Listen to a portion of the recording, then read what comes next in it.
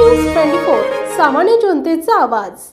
पूर्णा पाटबंधारे प्रकल्पाच्या येलदरी जलाशयातून सोमवारी दुपारी 12 वाजल्यापासून 6 दरवाजाच्या माध्यमातून पूर्णा नदीच्या पात्रात मोठ्या प्रमाणावर पाण्याचा विसर्ग सुरू करण्यात आलाय।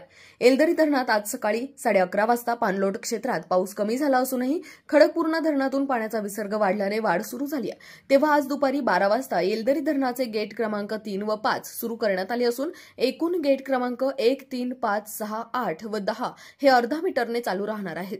त्याद्वारे 12,659.89 क्युसेक्स इतका विसर्ग पूर्णा नदीपात्रात सोडण्यात येऊ लागलाय। गेट सुरू झाल्यानंतर स्पिलवे गेटमुळे पूर्णा नदीपात्रात असा एकूण 15,360 क्युसेक्स एवढा विसर्ग चालू झालाय। दरम्यान धरणात पाण्याची होणारी आवक पाहता विसर्ग कमी अथवा जास्त करण्याची कार्यवाही करण्यात येईल। नदीकाठच्या गावांनी सतर्क राहावे असा इशारा पूर्णा पाटबंधारे विभागाच्या अभियंत्यांनी दिलाय।